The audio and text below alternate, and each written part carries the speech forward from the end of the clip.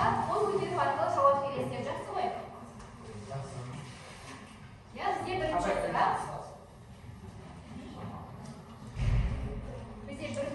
Шартты бағыныңқы сабақтас сөйлемнің мезгіл бағыныңқы сабақтас сөйлемнен негізгі айырмашылығы қандай?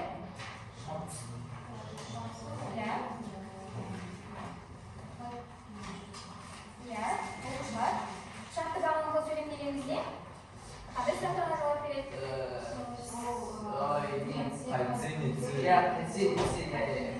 Ал мезгіл бағыныңқы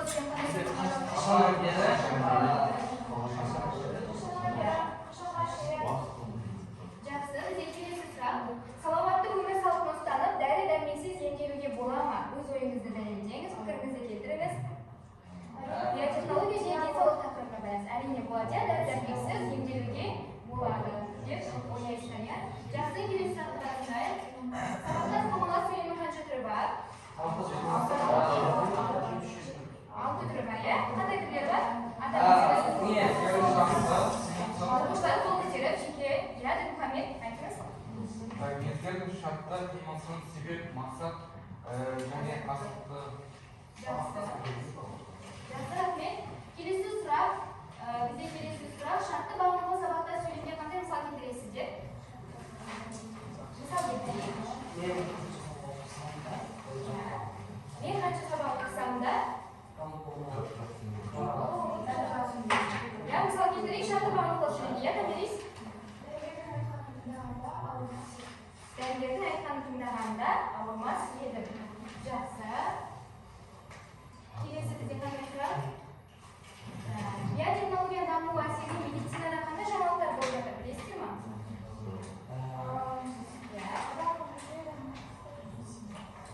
Адамның жүрегін тыңдайтын түрлі аппараттар және дәрі-дәрмектер, спид, рак секілді қауіпті ауруларды жазып емдейтін бірнеше дәрі-дәрмектер, препараттар шығып жатыр, иә? Жақсы оқушылар, ендеше қазір сабақты бастамақпен ең алдымен топқа бөлінеміз. Бізде топқа бөліну барысы оқушылар, сіздерге қазір мақал беріледі.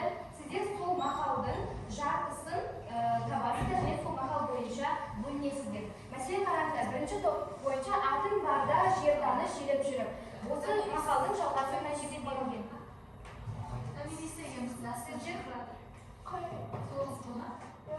Сіздер осы жерге мақалды бірінші топ алыңыздар, содан кейін екінші топ алады. Мақалдың жартысы қайсы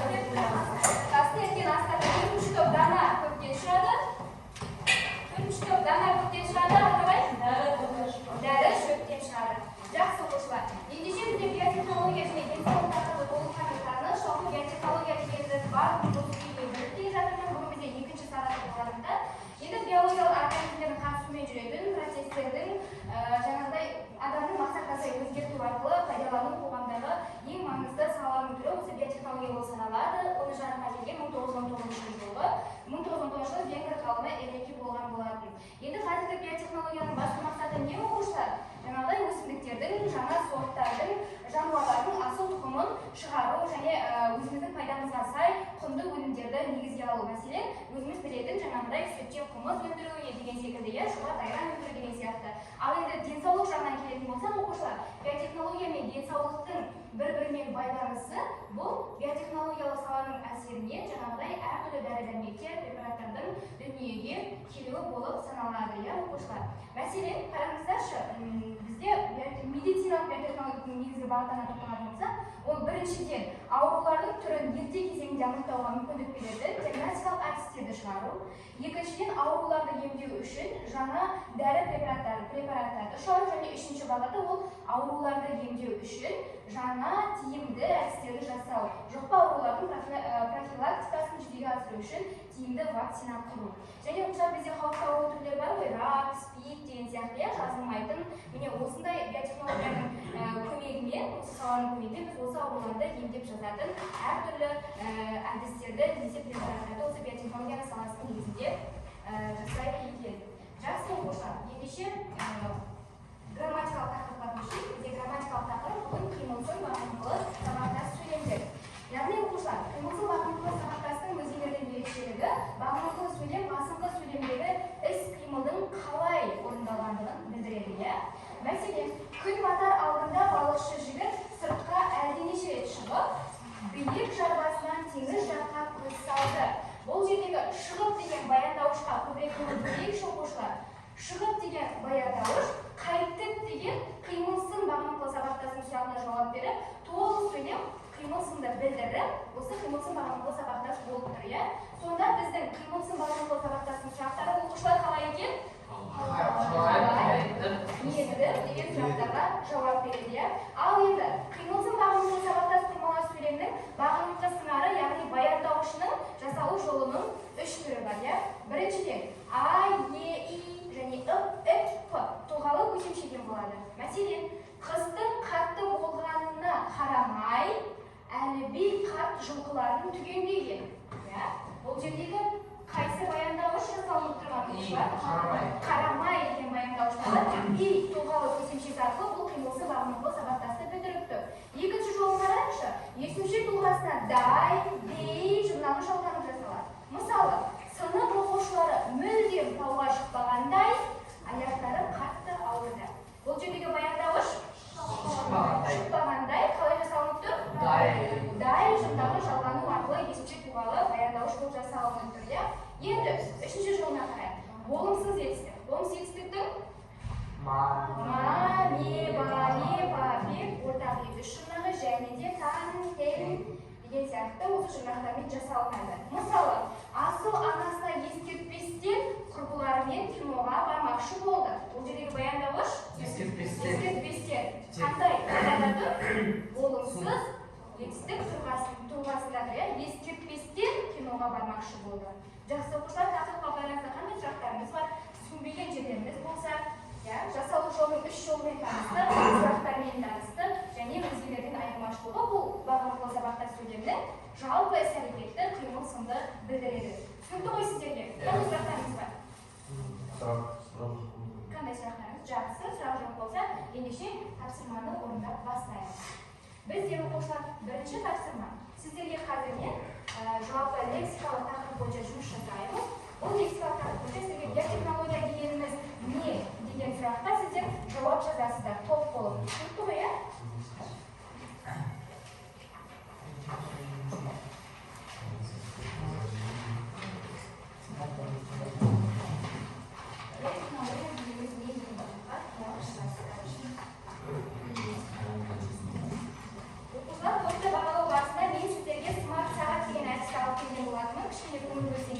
бұл смарт сағаттың шарты қалай болады? Қазір топтан бір топ басшысы сайланып, өздеріңіздің араларыңызда сол топ басшысы әрбір тапсырманы орындаған сайын балды көшіріп отырасыздар. Мәселен, қазір мынау бірде тұр. Бірде тұр. Сіздер бір тапсырмаға жауап берсеңіздер, бұл ары қарай кете береді. Мысалға, бірінші тапсырмаға 2 балл беріле ме, бірге 2-ні қосу арқылы сіздер 3-ге дейін көтерілесіздер. Сабақтың соңында 10-ға дейін көтерілген топ ең үздік топ болып саналады. Түсінікті ғой сіздерге? Жақсы, тапсырманы орындаймыз, бастаймыз.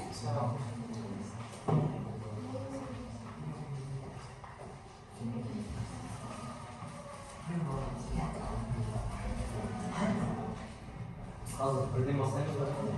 Ya, birden başlaysızlar. Tabii buyurun.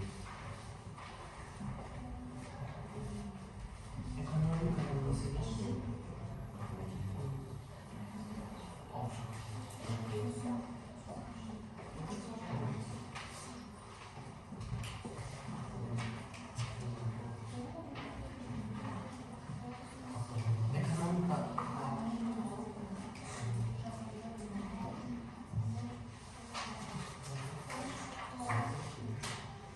Ya, o'qishlar biotexnologiya tilimizni, uning insoniyat ta'siri qanday, negizgi bag'itlari qanday, shu turali o'z so'zlaringizda dalilli turga keltirsangiz bo'ladi.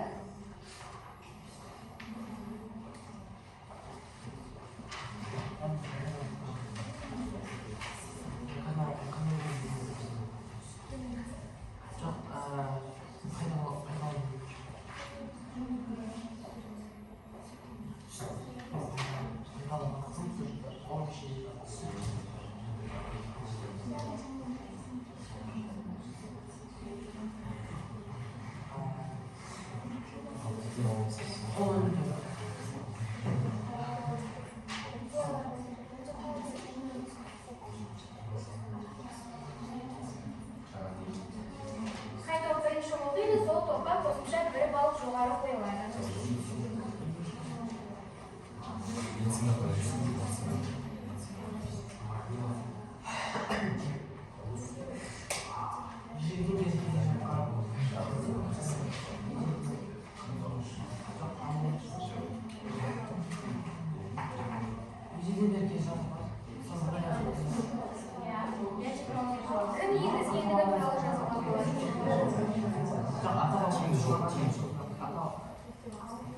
Bizga ikkinchi to'p oyoqda qolgan siyasi, bizga qo'shimcha bir bo'ldi. Ketdik. Ikkinchi to'p boshlaydi. Ya, qo'rqamizda.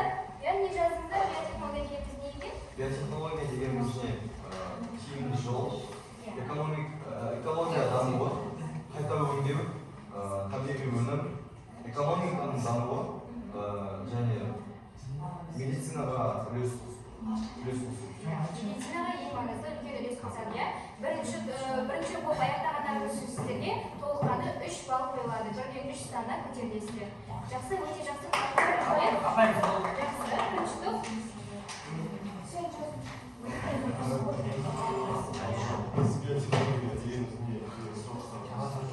Ya, o'qishda tinglaymiz. Buni qanchalik boshlaydi? Bunun da timde olmadı. Avrupa şansımızın sürekli bir son verdi. Avul chorvachilik süt o'yinlari biotexnologiyaning damoqlari negizida salobatli biriga. Yaxshi, ega rahmat, natijasi birinchi to'p sizlarga 2 ball. Ketdik. Uchinchi. Biotexnologiya өнімді тиімді қолдану, даму, ғылым, табиғи өнім. 1917 жылы алғаш рет Карл Ренке эксперимент жүргізген. Биотехнология адамның қатысуымен трансорды биологиялық процестерді жүргізу барысында экономика жағынан сөзім алды. Жақсы, алды, рахмет. Sizlarga 2 ball. Ya, 4-chi to'p aytdingizmi? Ya.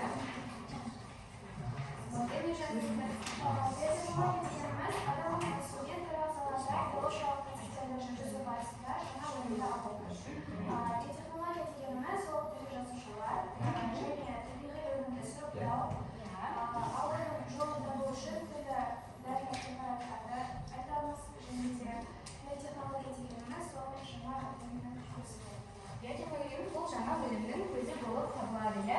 Әртүрлі процестердің жүргізілуі арқылы осы биотехнологияның қызметі жүзеге асып отырады. Рахмет, Анелис, сіздерге 1 балл, енді өкінішке орай соңғы болып аяқтағандарыңыз үшін. Әлі алда тапсырмалар бар, сондықтан көңіліңізді түсінбейміз. Жақсы оқушылар, ендеше екінші тапсырмаға көшейік. Бізде екінші тапсырма қызықты әрі оңай. Бізге бірақ бұл тапсырма бойынша топтың қорғайтын күшті азамат немесе азаматша келсе тақтаған. Bir оқушыдан, әр топтан бір оқушыдан келеміз. Әр топтан бір оқушы келеміз. Тезірек оқушылар, әр топтан бір оқушыдан келеміз.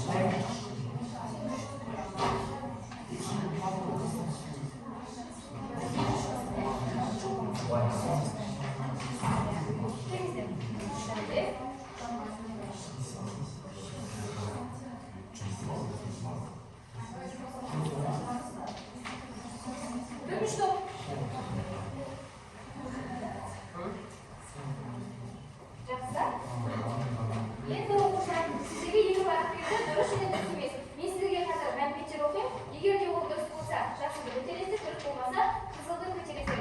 Бірінші болып көтерген топқа 1 балл. Қарап отырыңыздар, мән беріп шуламаймыз оқушылар. Топ көмектеспейміз. Топтың абыройын қорғайтын осы оқушылар. Жақсы ғой, тек қана сәттілік тілейміз. Ал кеттік, бастаймыз. Бірінші сұрақ. Отандық брендті жасап шығару үшін Қазақ Тағамтану Академиясының президенті Төребай Шөкенов көптеген ғылым технологпен бірлесіп арнайы зерттеулер жүргізген. Бізде екінші топ бірінші жауап берді, дұрыс емес жауап, иә? Әрине бұл дұрыс. Сіздерге 1 балл. Сіздер оқушылар бұл мәтінмен таныстыңыздар ғой, өткен сабақта білесіздер ғой, барлықтарыңыз биотехнология және денсаулық туралы мәтінмен танысқан болатынбыз. Сол мәтін бойынша жұмыс жасап жатырмыз. Екінші сұрақ. Қазақ Тағамтану Академиясының мамандары ойлап тапқан шоколадтың құрамында трансмай қышқылдары, қаныққан майлар мен холестерин жоқ. Алдияр, дұрыс жауап берді бірінші, сіздерге 1 балл. Үшінші сұрақ. Алматыдан, Саумалдан шоколадтың 8 түрін жасайтын өндіріс орны ашылды. Нұрдәулет дұрыс жауап берді. Нұрдәулет бірінші топқа 1 балл. Жақсы, келесі. Шарман шоколадын жеген адам шөлдемейді. Себебі оның құрамында кубадан әкелінген какаоның жоғары сорттары жоқ. Екінші топ дұрыс жауап берді, иә? Бізде бұл дұрыс емес жауап болады. Жақсы, келесі сұрақ. Ұлытау шоколады құрамында қант болмағандықтан түрлі дертпен ауыратын науқастардың қуатын арттыратын емдік тағам дейді қабылдайды. Дегенмен табиғи таза өнім семіздіктен арыламын дейтін адамдарға пайдасы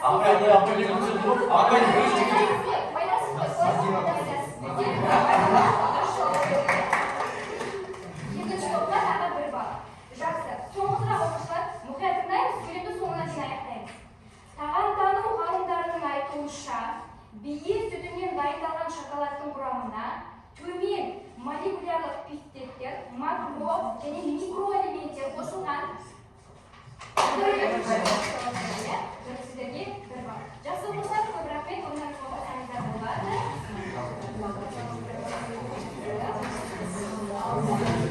Ең көп сұраққа жауап берген екінші топқа 2 балл беріледі.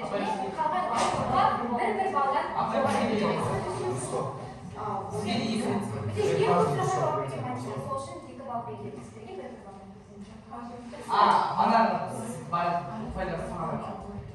Анадан жоғары көтересіздер бұларға. Сіздерге 1 балл, төртке көтересіздер. 3-те отырсыздар олар, 4-ке көтересіздер. Екінші топ сіздерге 2 балл ғой. Заңда 2 сағат қосасыздар. Сағатты. Жақсы оқушылар, ендеше 3-ші тапсырма, бұл енді жазылым тапсырмасы. Оқушылар дәптермен жұмыс жасаймыз, дәптермен ашамыз, қаламсағын аламыз, тақыра көшірмеміздерді қабыласыздар сабақ басында. Ендеше кітабымыздағы 105-ші бетті ашайық. 12-ші тапсырманы қарайық, оқушылар. Бізде 12-ші тапсырмада мәтін бойынша негізгі ойды сақтай отырып, мәтіннің негізгі идеясын жазасыздар және өткен сабақта танысқан Тағамтану Академиясының сұхбатындағы мәтіннен шартты және қимылсын бағынақылы болатын сөйлемдерді теріп жазамыз. Топ болып тез орындаймыз, бір-бірімізге көмектесеміз. Негізгі ойды жазасыздар және мәтіннен шартты және қимылсын бағынақылы сөйлемдерді табамыз. Дәптерге жазамыз. Әдеттегідей бірінші болып аяқтаған топқа толық қазір 3 балл берді.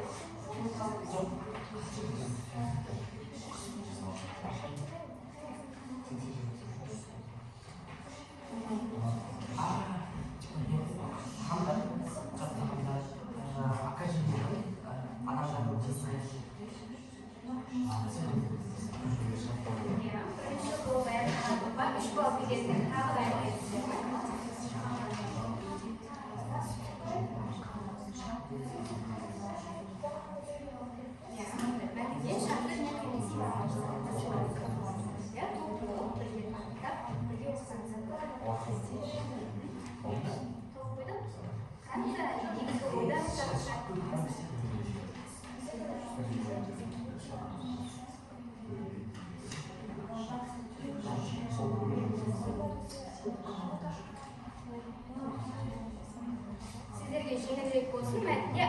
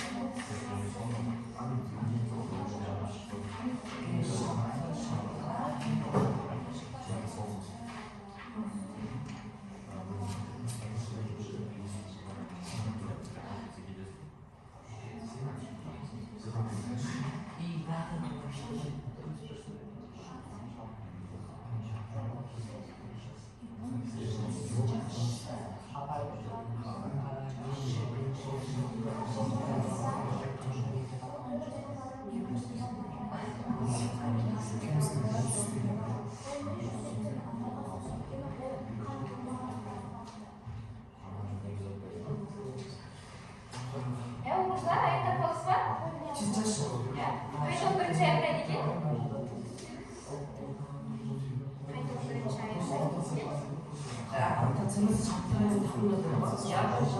Shartlash ne qilsin?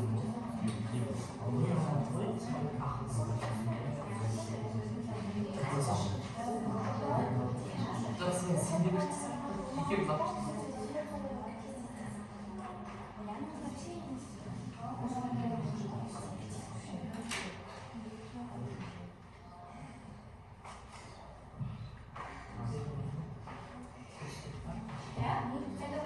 Ayat tamam bo'lsa,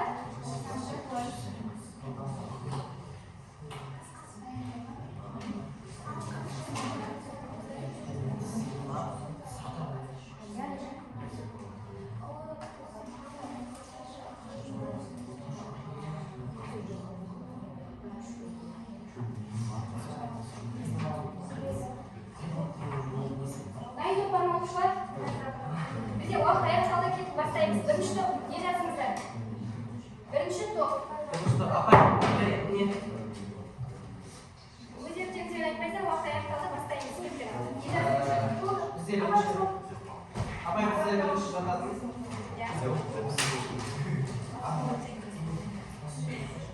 Shunday o'quvchilar söyleyince, durust söyleyince var mı? Durust söyleyince başlar mümkün.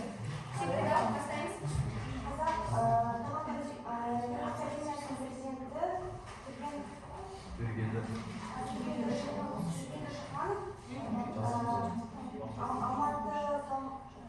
Салмақты шоколадын 8 күн шығады.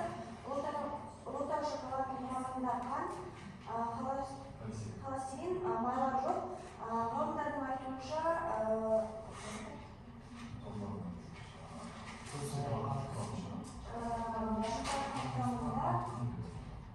микро және микродәрумендер бар. Ya, бұл жердегі қандай сөйлем? негізгі ой бізде ол денсаулыққа пайдалы тағамдарды денсаулыққа пайдалы шығару. Денсаулыққа пайдалы етіп шығару, иә. Жаңағы семіздіктен. Иә, семіздіктен айырылу және көп адамдардың денсаулығы жарай бермейді, сондықтан олар адамдарға пайдалы шығару. Мәтіннің негізгі идеясы Идеясы сол. өте жақсы нұқпен, өте жақсы пікір.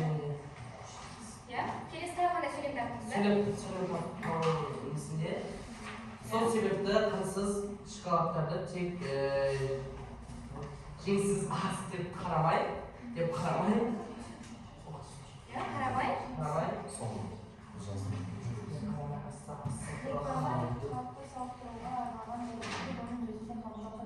Бұл жердегі баяндағы Қарамай ит.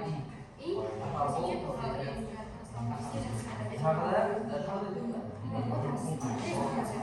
Ya, сіздер қандай сөйлем таптыңыздар?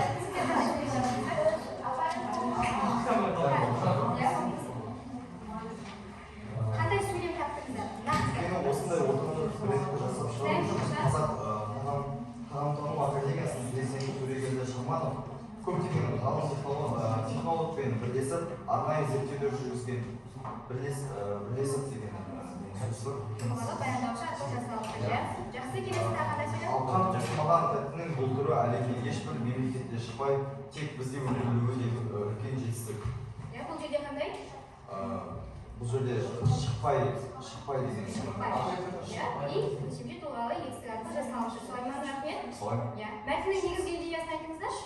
Мәтіннің негізгі идеясы адамға тамақты ыңғайлы және пайдалы етіп шығару. Сіздер де бірінші топпен сөйлесесіздер, иә?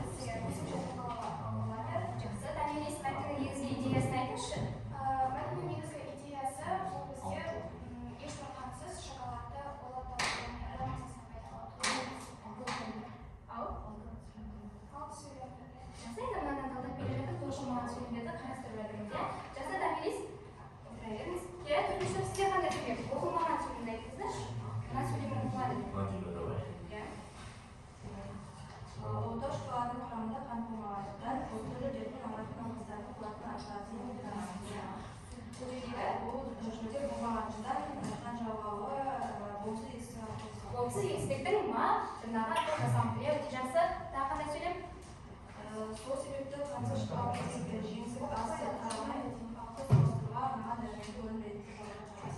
Иә. Мәтіннің негізгі идеясы адам ортасына пайдалы бюджетпен жасалған. жақсы, өте жақсы. Я оқушылар енді барлықтарыңыз суреттерді дұрыс таптыңыздар, негізгі ойды нақты пікірлеріңізді дәлелді түрде келтірдіңіздер. Сол үшін барлықтарыңызға 3 балдар беріледі. Жақсы. Енді оқушылар бізде төртінші тапсырма жылдамдықты және топпен бірлесіп жұмыс жасауды талап етеді. Қазір сіздерге пазл әдісін білесіздер ғой, пазл құрастыратын шығарсыздар, иә барлықтарыңыз. Сіздерге суреттер берілген. Осы суретті пазлда құрастырасыздар. Кім суретті бірінші аяқтайды, сол топ әдеттегідей бірінші орынға жүреді. Басын айтатыңыздар оқушылар. Қазірге бастаймыз.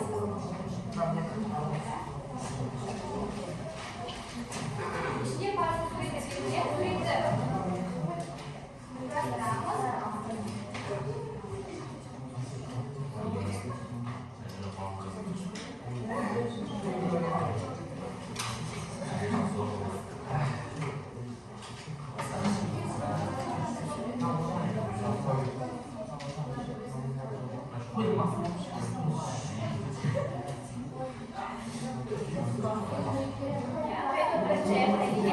Бірінші аяқтаған топ, бірінші сұрақ алуға мүмкіншілік алады.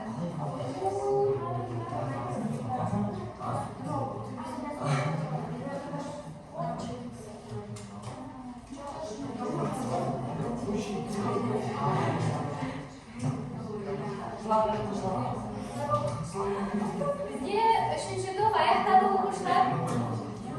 Үшінші топ аяқтады. Демек барлығымыз пазл құрастыруды тоқтатамыз. Бізде үшінші топ бірінші аяқтады. Жақсы. Орныңызға отырыңыз. Бізде үшінші топ бірінші аяқтады. Енді сіздерге мынандай 5 бармақ әдісі, енді қазақ тілі сабағы болғандықтан қазақ тағамдарымен жұмыс жасауды жөн көрдік.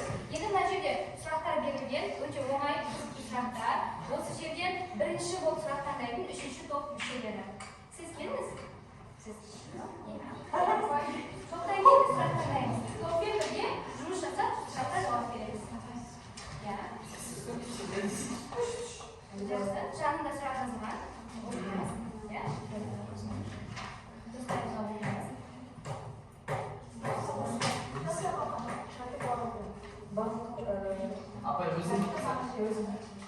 Шартты бағыныңқы сөйлемнің баяндауыштары көсемше түрінде қалай жасалады?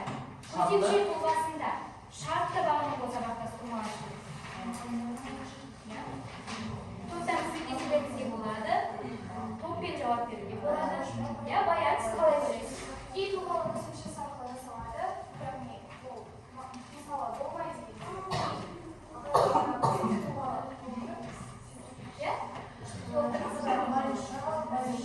Жақсы. Үшінші топтың сұрағы жауабы дұрыс. Сол себепті сіздерге дұрыс деген белгіні көрсеттім. Жақсы, рахмет. Отырыңыз. Енді бізде бірінші топ, екінші аяқтады, иә?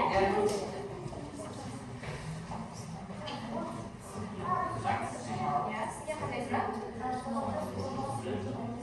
Сабақтас құрмалар сөйлем дегеніміз не? Сабақтас құрмалы сөйлеміміз бірінші сөйлем, екінші сөйлемге мағына келетін. Яғни қарапайым сөздер айтқанда, бір-біріне сөйлеу. Яғни бір-біріне сөздер Келіңіздер. Екінші топ келіңіздер. Екінші топ келіңіздер. Оқушылар бір-біріміз тыңдаймыз, жауап дұрыс беріліп жатыр ма, дұрыс емес беріліп жатыр ма? Сізге қандай сұрақ? Асылым судан қорыққандай кері шегіне берді. Сөйлемдік жасалу жолын түсіндіріңіз дейді. Асылым судан қорыққандай кері шегіне берді. Бізде дайын деген көсемше тұлғалы есімше тұлға жасалған. Бұл бізде Жақсы. Жауаптарыңыз дұрыс. Жақсы, келесі. Өтініш топ келіңіздер. Заңға келіңізші. Топпен жауап береміз. Келіңіз. Топпен жауап береміз. Келіңіз. Мүмкін сіз таңдасаңыз оңай сұрақ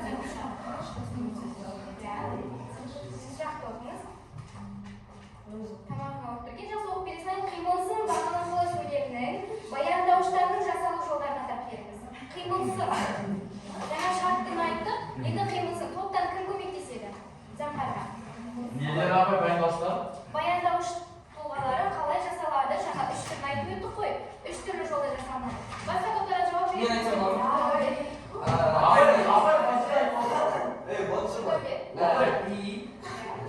И сенген апай болмады. А, Е, сосын Іп сенген. Сенде тағы да бізде дай, дей, бай, дей. Ya, abi, Ya. Şimdi barbun insanlarla bu sıraktan sonra bildiğin adayım birinci top gelinize. Birinci top. Gelinize. Ya.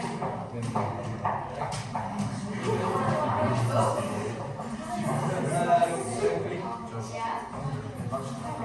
Şasta balon sabahsız mağazasının.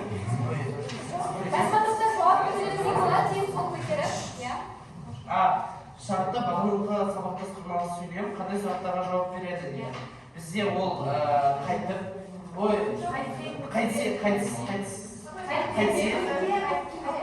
қайткенде де сөйге тағы қайтпейінше, Жолдан қырмызылар, қыздар аружанда жауап беріп жатыр. Рахмет. Жауап дұрыс. Жақсы. Енді екінші топ келіңіздер, екінші топ.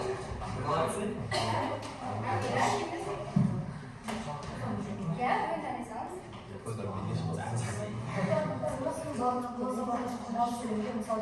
Misal, saya misal.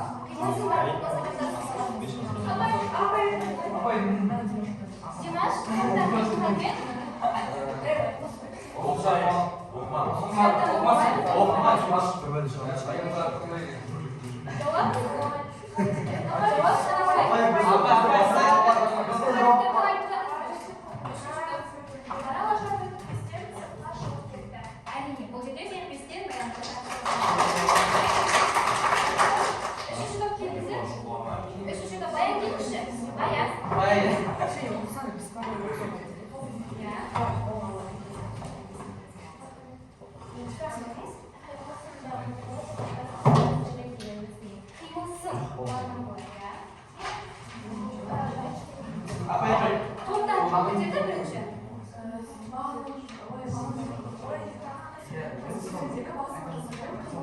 Қимылды іс әрекетті білдірсе, ол қимылсыз мағыналы сабақтас қималас сөйлем болып саналады. Жақсы. Келіңіздер, Алира, келіңіз, Алира. Сізге енді соңғы сұрақ. Соңғы тегін жүк ауыр деген бар. Жоқ, ол жігі деген, иә? Жақсы. 6 түрі бар. Қандай түрлері бар? Атап өтіңіз. сабақтас. Қандай түрлері бар? Енді барлығы шартты сосын себеп, мақсат, сосын шарекет. Қима алсаң сосын. Апай, қырмалас сабақтас қырмалы сөйлем бар.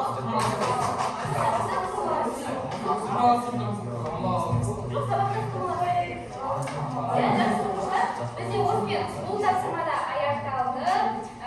Ең үздік топ, жаңа қосымша сұрақтарға жауап берген өздеріңіз куәсіздер. Бірінші топқа толыққанды 2 балл, яғни 2 санға жоғары көтерілесіздер. Сіздерге 3 балл жоғары көтерілесіздер. Және үшінші топ жаңа қосымша сұрақтарға жауап берді. Сіздерге 2 балл, және соңғы 2 топқа 1 баллдан беріледі.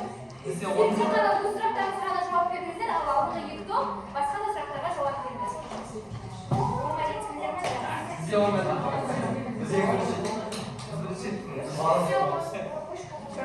Жақсы оқушылар, сонымен бүгінгі сабақтың негізгі тапсырмалары, тақырыптары осындай болды. Енді бізде соңғы сәтте, соңғы минутта сіздерге қазір тақтада көріп көрген шығарсыздар. Бізде тақтада қандай WhatsApp чат, барлығымыз енді WhatsAppты білеміз ғой. Бұл менің чатым, Ақтулабай. Сіздер өздеріңіздің пікірлеріңізді, бүгінгі сабақ жөнінде өз қарастарыңызды, рефлексияларыңызды осы параққа жазасыздар да маған келіп чатқа жібересіздер. Мен сіздердің хабарламаларыңызды үйге барып асықпай оқимын. Жақсы. Өздеріңіздің бүгінгі сабақтарыңызды Апай секрет, деген екінші басылардан смайликтер орнына сол секрет жаздыңыз. Ол болса да. Ау. Апай, не? бүгінгі сабақ жөнінде пікірлеріңізді, көзқарастарыңызды haqida leksiyalarimizni bildirasiz. Голосовой жазуға болады. жоқ. Yani kim жұмыстарды жазасыздар, оқушылар қайда жасамаңыз, деген сияқты.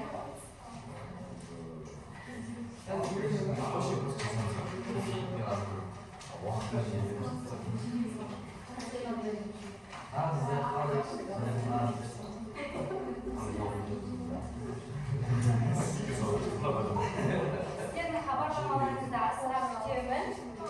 Және оқушылар, сіздерге көңіл күйлеріңізді көтеру мақсатында шағын тәттілер алып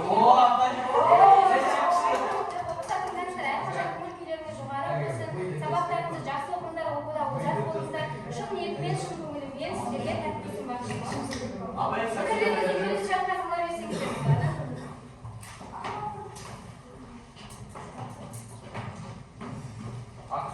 Аты-жөнімді оқып өтемін дейтін оқушылар болса, оқып өтсеңіздер болады. Аты-жөндеріңізді жазсаңыздар, мен бұдан сайын қуанатынымды жазғанымды көріп. Пікірлеріңізді оқып өтемін дейтін оқушылар болса, болады.